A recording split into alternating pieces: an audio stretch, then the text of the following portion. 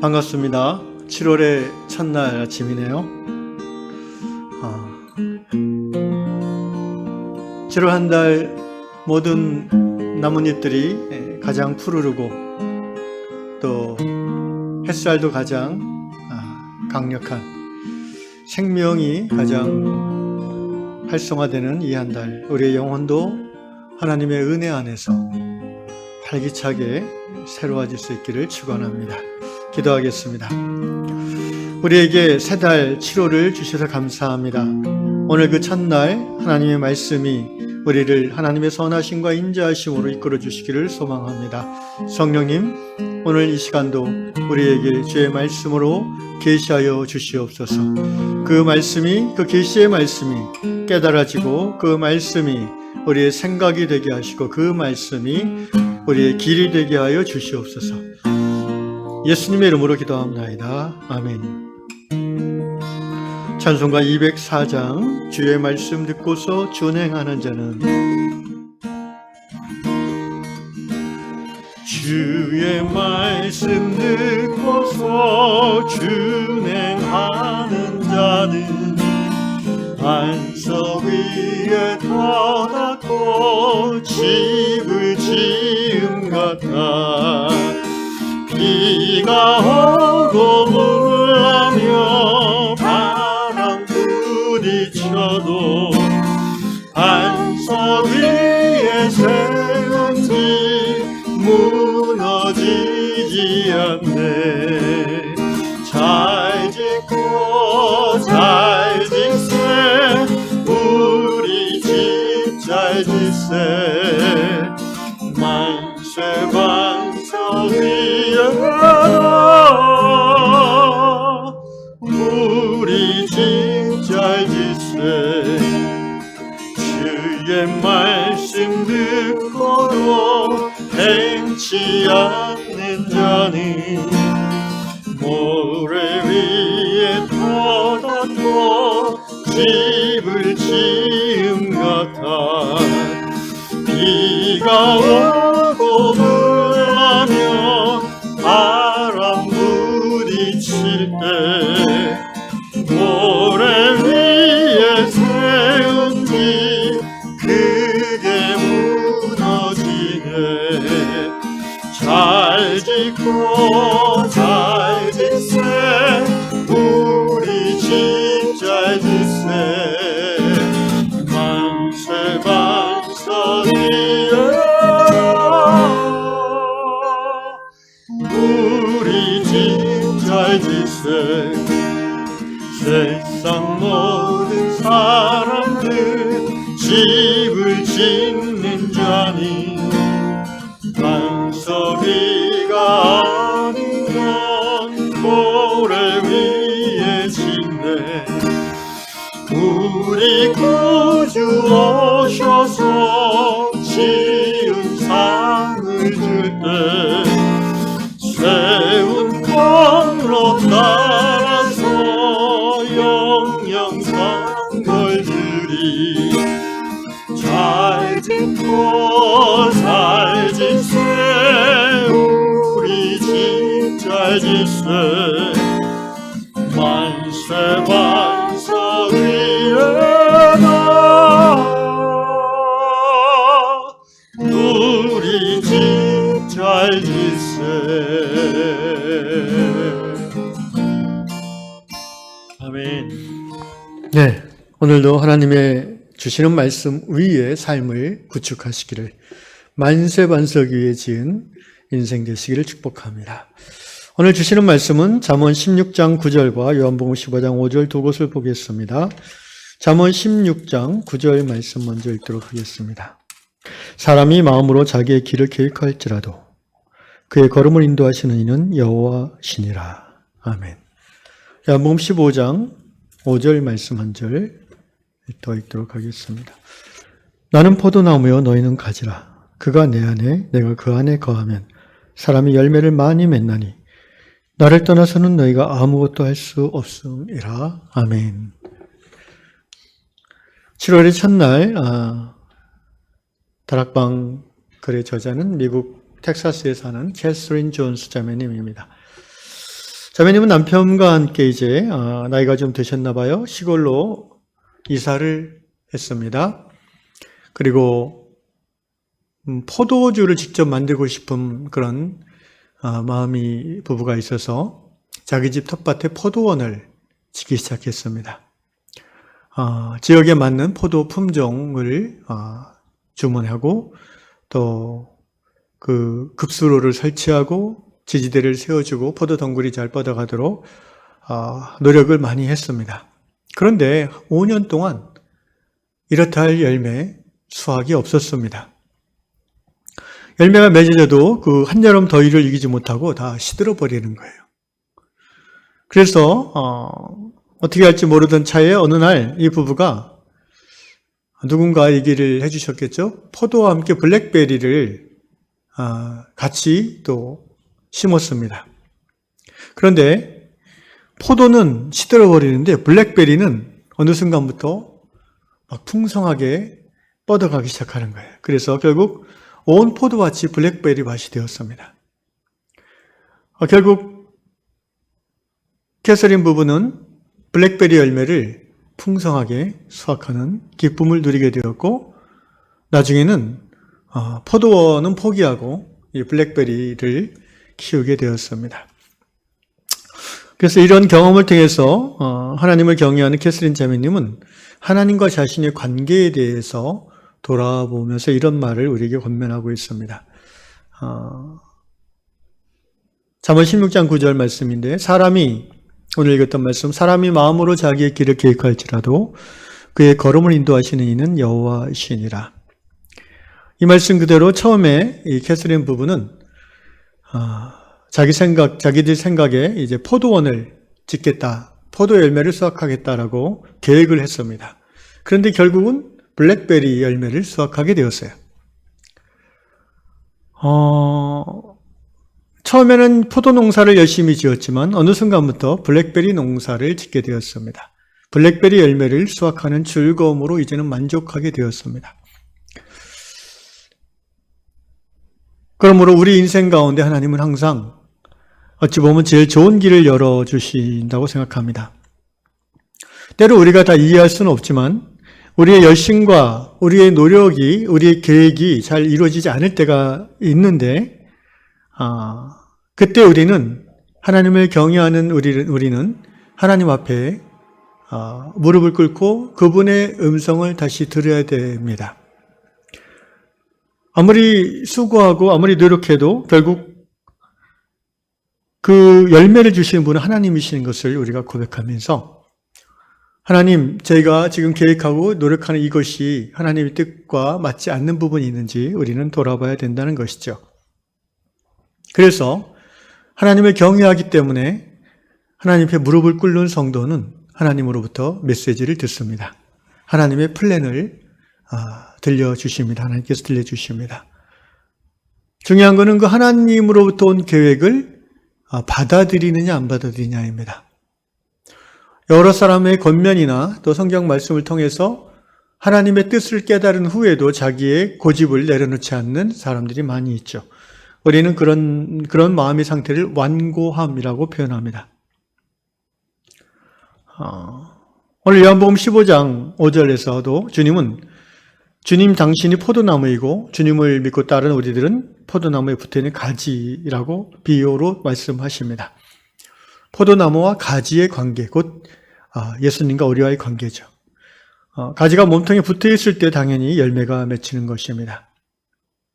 그러면은 잘 붙어있는다는 건 뭔가?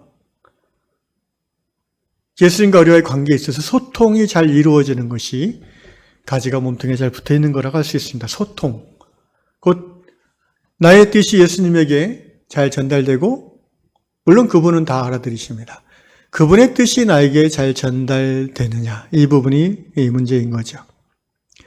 그래서 기도가 막혀있는 사람, 완고함을 내려놓지 않고 하나님의 음성을 듣고도 자신의 고집을 피우는 사람은 어떻게 보면 소통이 잘 안 되고 있는 상태이지요. 포도나무와 가지로 얘기하면은 가지가 붙어 있는 것 같지만 사실은 끊어져 있는 상태인 것이죠. 당연히 하나님이 주시는 열매는 맺을 수 없습니다.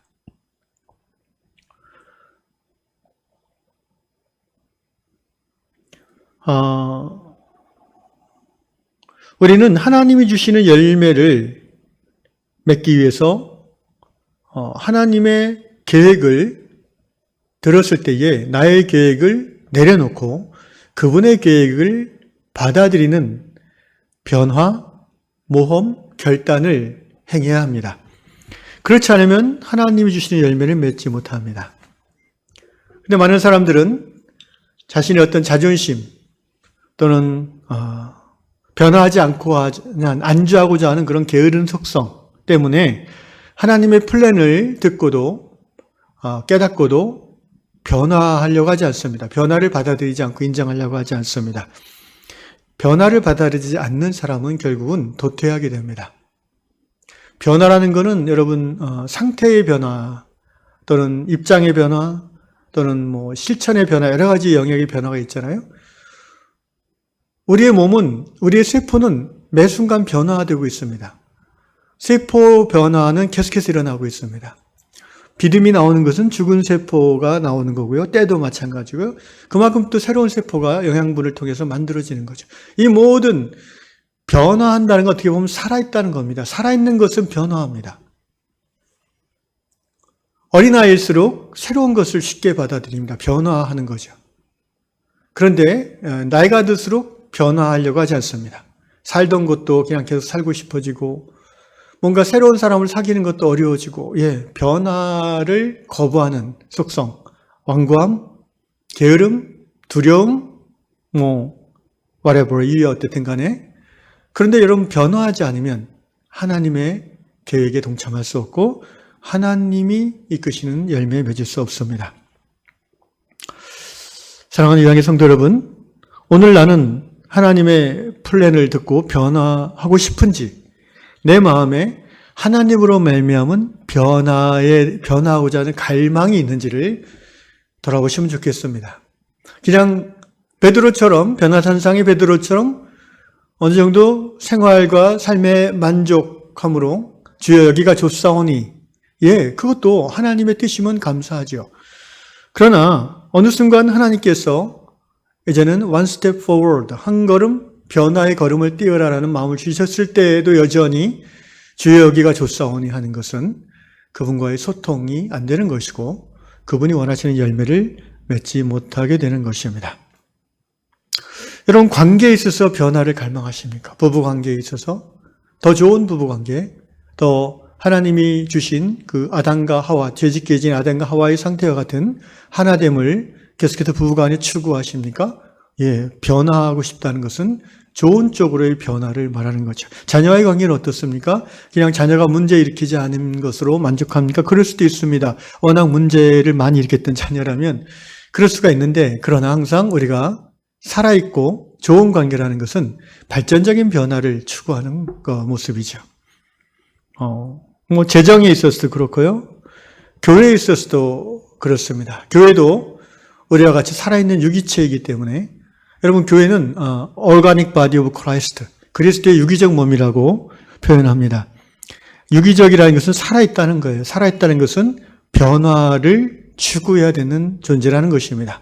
교회가 변화되지 않으면 교회는 도태되고 교회는 정체되고 화석화돼서 종교 집단화됩니다. 결국은 게토가 되는 거죠. 세상을 피해서 자기들끼리 뜻맞는 사람들끼리 행복하게 살려고 하는 전혀 하나님 나라 지향이 아닌 자기중심적 개교회 이기주의적인 모습이 되는 거죠. 그래서 우리 위양 공동체도 우리 위양 성도들도 개인의 변화를 추구해야 될 뿐 아니라 교회의 변화를 추구해야 됩니다. 우리 위양 공동체는 그리스도의 몸이라고 하죠. 어떻게 보면 우리 개인적으로 우리가 주님께 붙어있는 가지일 수도 있지만 교회적으로 주님께 붙어있는 유향가지라고 볼 수도 있습니다. 과연 우리 유향공동체, 유향교회에는 주님이 원하시는 열매가 잘 열리고 있는지 개인의 변화와 어울러서 교회의 변화를 이 아침에 또 돌아보고 싶습니다. 우리 공동체에는 사랑의 열매를 잘 맺고 있습니까? 전도의 열매를, 선교의 열매를, 무엇보다 예배의 열매를 잘 맺고 있는지 이 말씀을 들으면서 돌아보면 좋겠습니다. 모든 열매의 중심에 예배드림이 있어야 되죠. 하나님과의 관계 맺음의 핵심이 예배 아니겠습니까?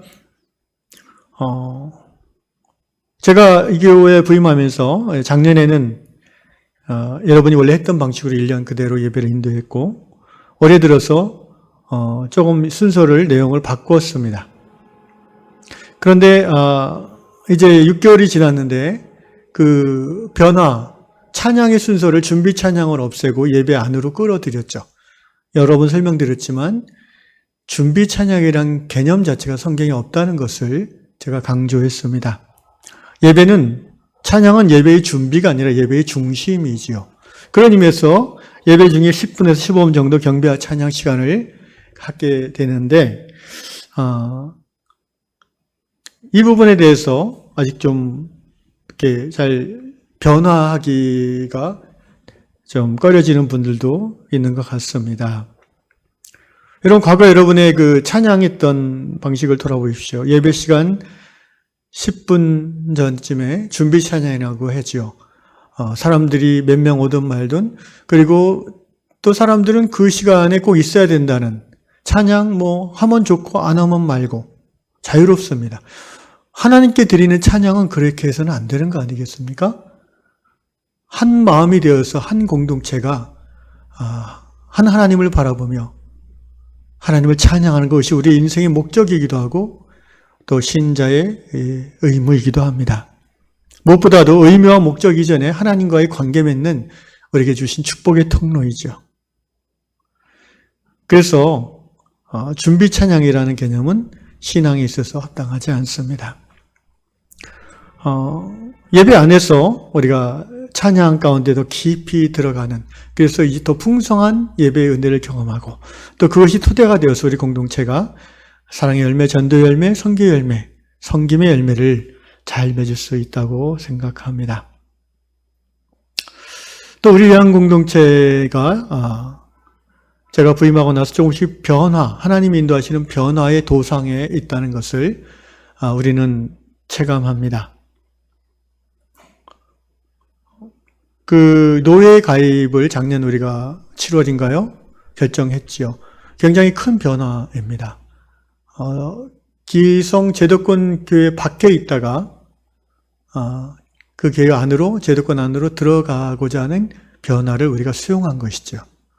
제가 이 교회 부임하기로 결정되면서부터 여러분 안에 갖고 있던 그런 변화에 대한 갈망이 그때 이제 결정되고 실현된 것입니다. 더 나아가서 이제 올해 봄 노회 때 평남노회에서 저희 교회가 교회로 가입이 허락된 것도 또 변화의 새로운 시점이죠.